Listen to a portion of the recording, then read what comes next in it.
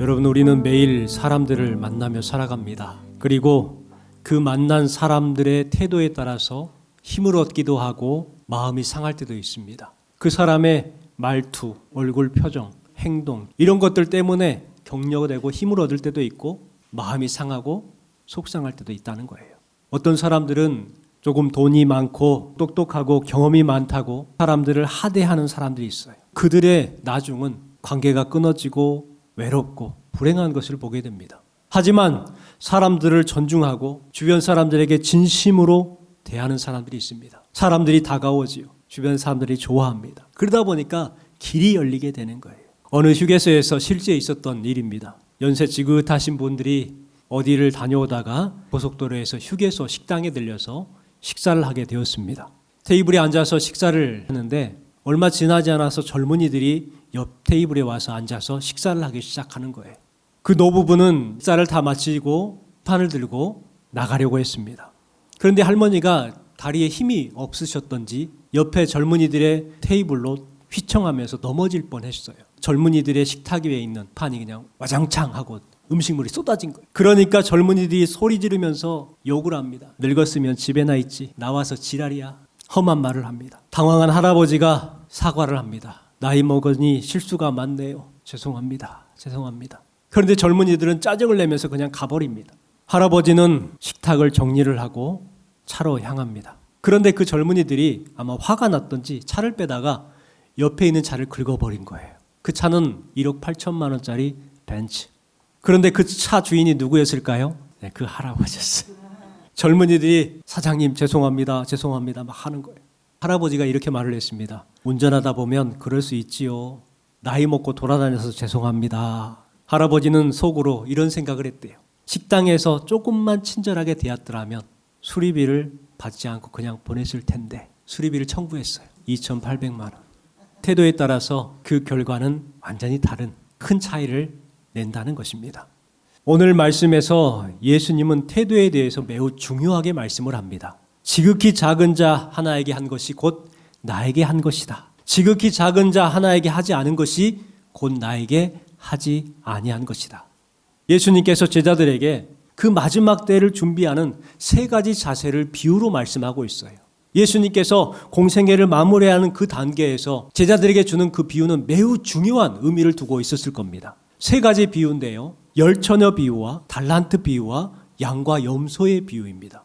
열처녀 비유는 주님의 재림의 때가 언제일지 모르니 깨어서 항상 준비하고 있어야 함을 강조하는 이야기지요. 그리고 달란트 비유는 주님이 오실 때까지 각자에게 주어진 재능, 물질, 시간 같은 그 달란트를 활용해서 사명을 감당해야 된다라는 것을 이야기하시기 위해서 주신 비유입니다. 그리고 양과 염소의 비유는 주님께서 재림하신 후에 양과 염소를 나누시는데 양은 의인이고 염소는 악인이에요. 그렇게 나누시는데 그 중요한 기준에 대해서 말씀하시기 위해서 양과 염소 비유를 하고 있다는 것을 알 수가 있습니다.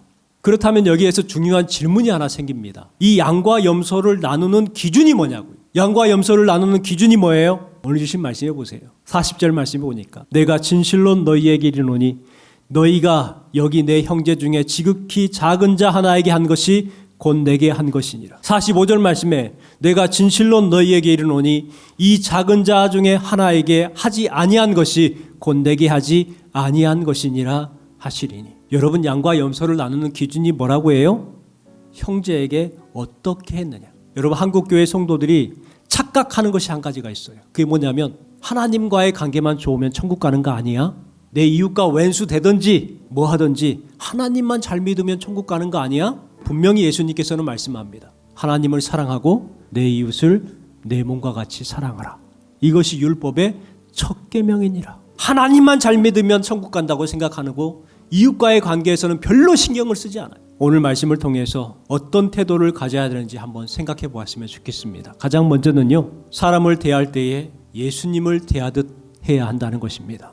35절 말씀해 보니까 내가 줄일 때에 너희가 먹을 것을 주었고 목마를 때에 마시게 하였고 나그네 되었을 때에 영접하였고 헐벗었을 때에 옷을 입혔고 병들었을 때에 돌보았고 옥에 갇혔을 때에 와서 보았느니라. 예수님은 제자들에게 재림 후 마지막 그 심판의 때에 대해서 이야기를 하면서 지극히 작은 자에게 한 것이 곧 나에게 한 것이다 라고 말씀합니다.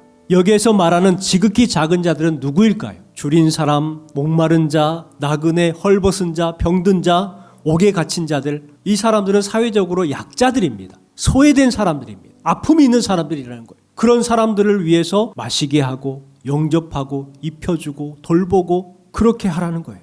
그런데 지금 세상은 약자들에게 너무나 쉽게 대하는 세상을 살고 있는 것 같습니다. 지금 매스컴에서 계속해서 이슈가 되고 있고 문제가 되고 있는 스타벅스 이야기를 아실 겁니다. 자신들의 생각이 어떻고 이념이 어떻고 별로 그런 것은 관심이 없지만 그 행태를 보십시오. 5.18 민주화 항쟁, 그 아픔이 있는 그 날을 5.18 탱크데이로 만들었어요. 광주의 시민들을 짓밟았던 그 탱크, 어떻게 보면 두려움의 상징이요 억압의 상징 아닙니까? 5.18을 탱크데이로 만들었어요. 책상에 탁 황당한 일이 벌어졌습니다. 이것이 그냥 단순한 실수였을까요? 4월 16일 세월호가 침몰했었습니다. 그런데 이 스타벅스라는 회사가 4월 16일을 어떤 날로 만든 줄 아세요? 사이렌데이로 만들었어요. 사이렌이 그 스타벅스에 나오는 로고 있잖아요. 그 여신이 사이렌입니다. 노래를 불러서 선원들을 죽이고 침몰시키는 일을 했어요. 그런데 4월 16일 그 아픔이 있는 세월호 침몰한 날을 얼마나 황당합니까? 여러분, 세상은 그런 것 같아요. 약하고 자기와 생각이 다르다고 무시하고 쉽게 말하고 무례하게 행동하는 세상 가운데 우리가 살고 있는 것 같습니다. 그러나 성도들은 사람을 수단으로 보지 않아요. 차별하지 않습니다. 무시하지 않습니다. 무례하지 않아요. 어느 병원에서 있었던 일이라고 합니다. 한 간호사가 늘 불평하고 까칠한 할아버지를 돌보게 되었습니다. 이 할아버지는 작은 일에도 화를 내고 말도 거칠게 하고 사납습니다. 그런데 시간이 지날수록 더 그게 심해지는 거예요. 왜 저러지? 그런데 어느 날 그 할아버지의 병실 서랍을 정리하다가 사진을 하나 보게 돼요. 오래된 사진 한 장이 있었습니다. 할아버지가 젊었을 때, 리즈 시절 때에 사랑하는 아내와 두 아들들을 이렇게 거느리고 찍은 가족 사진인 거예요. 그런데 그 가족 사진에 있는 그 할아버지의 젊은 리즈 시절은 너무나도 인자한 표정이었다는 거예요. 아내와 자녀들을 사랑하는 너무나도 밝은 표정이었다는 거예요. 그래서 이 할아버지도 누군가의 사랑하는 남편이었었고 자랑스러운 아빠였었고 젊고 인자한 그 시절이 있었던 분이구나 생각이 들더래요. 그 생각에 그 할아버지가 짠하게 느껴졌대. 그때부터 간호사는 할아버지를 존중하는 태도를 갖춥니다. 존댓말하고 정성을 다해서 살펴니까 이 할아버지가 조금씩 변화되기 시작하더래요. 인자한 분으로 바뀌기 시작했어요. 여러분, 신앙인들은 사람을 신분이나 출신과 나이로 차별하지 않아요. 철학자 네비나스는 이런 말을 했습니다. 형제의 얼굴이 하나님의 얼굴이다. 여러분의 남편을, 아내를, 자녀들을 예수님 대하듯이 대하십시오. 옆에 있는 분들을 예수님처럼 대하십시오. 그러면 그곳이 천국으로 바뀌게 될 줄 믿습니다.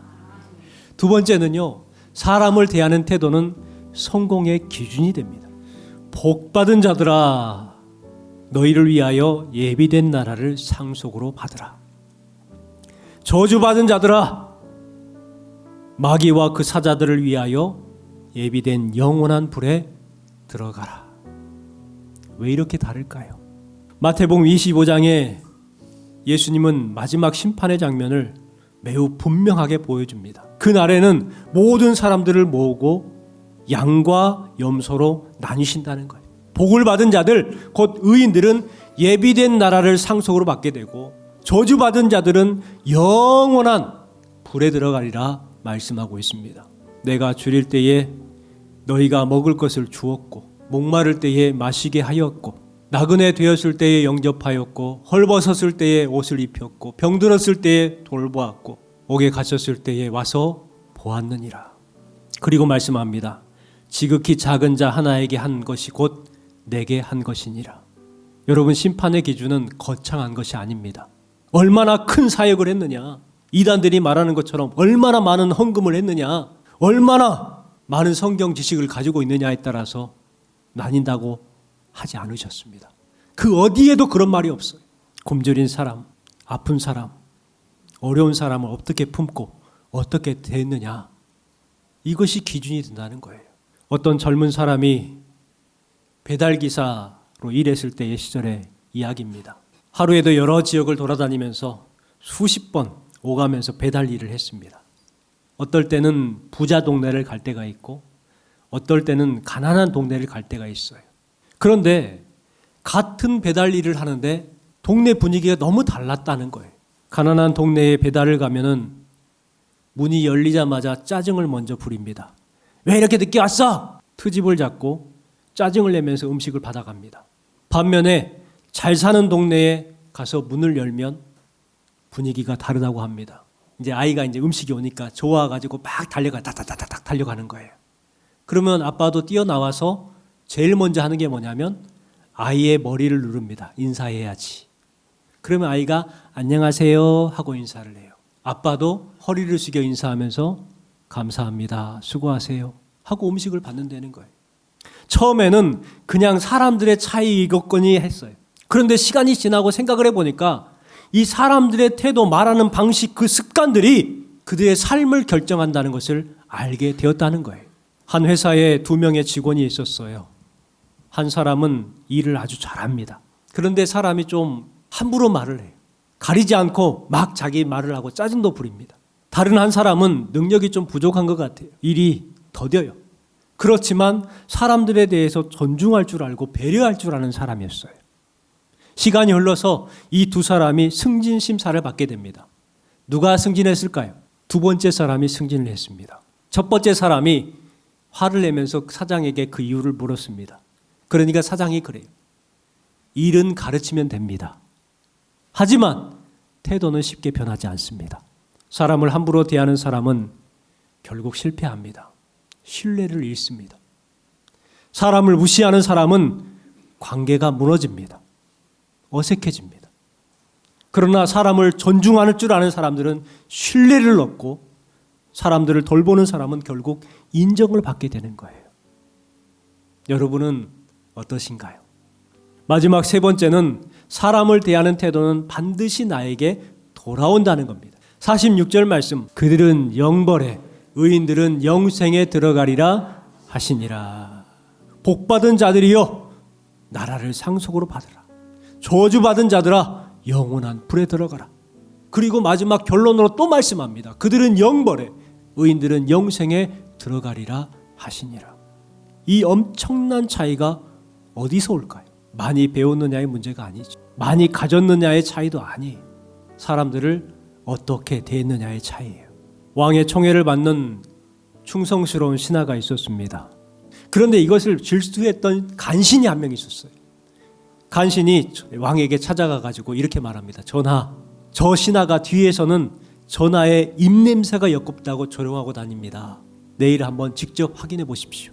간신이 그렇게 말하고 나와서 그 지혜로운 신하에게 찾아가서 친한 척하면서 이야기를 합니다. 전하께서 자네 입냄새를 불쾌할 수 있으니까 내일 오전에 들어가서 입을 가리고 말하게.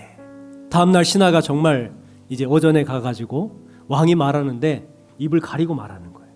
그러니까 왕이 생각할 때는 저놈 봐라. 너무너무 화가 났어요. 화가 난 왕이 서신을 씁니다. 이 편지를 가져온 자를 즉시 처형하라. 밀서를 돌돌 말아가지고 그 신하한테 장군에게 보여라 하고 말하는 거예요. 이 신하는 그 밀서의 내용을 모르니까 그것을 들고 궁을 나와서 그 장군에게 향합니다. 그런데요, 그 간신이 와가지고 그 길을 탁 막는 거예요. 내가 가져가겠네. 이것은 분명 나에게 상을 내리는 폐하의 밀서가 분명하네 하고 막 억지로 뺏는 거예요. 그래가지고 그 밀서를 들고 그 장군에게 달려갑니다. 뭐가 기다리고 있었을까요? 장군이 보니까 이 편지를 가져온 자를 즉시 처형하라. 장군이 칼을 빼어서 그 자를 바로 죽였다고 합니다. 여러분, 사람을 대하는 태도는요, 반드시 자기에게 돌아오는 거예요. 저 사람은 저러니까 이 정도는 괜찮겠지. 쉽게 대하려고 합니다. 저 사람에게는 좀 편하니까 좀 편하게 말해도 되겠지 하고 편하게 말하려고 합니다. 그러다 보면 문제가 생겨요. 성경은 분명 말씀합니다. 사람이 무엇으로 심든지 그대로 거두리라. 모든 것은요, 반드시 그대로 온다는 거예요. 그런 관계로 돌아오고 그런 열매로 돌아오고 하나님 앞에 그런 결과로 받게 된다는 거예요. 여러분, 감정대로 말하면 상처를 주지만 예수님처럼 말하는 사람은 사람을 살리고 회복시킵니다. 주님 앞에 섰을 때에 우리 모든 성도들이 이런 음성을 들었으면 좋겠습니다. 내가 줄일 때에 먹을 것을 주었고 목말랐을 때에 마시게 하였고 나그네 되었을 때에 영접하였고 헐벗었을 때에 옷을 입혔고 병들었을 때에 돌보았고 옥에 갇혔을 때에 와서 보았느니라. 예수님의 마음으로 조금 더 다가서시고 조금 더 따뜻하게 행하시기 바랍니다. 한 번만 더 이해하시고 말하시고 행하시기 바랍니다. 복받은 자들이여 나라를 상속으로 받으리라. 여기에 계신 모든 분들이 칭찬 듣는 하나님의 백성, 택한 하나님의 자녀들이 되시기를 주님의 이름으로 축원합니다.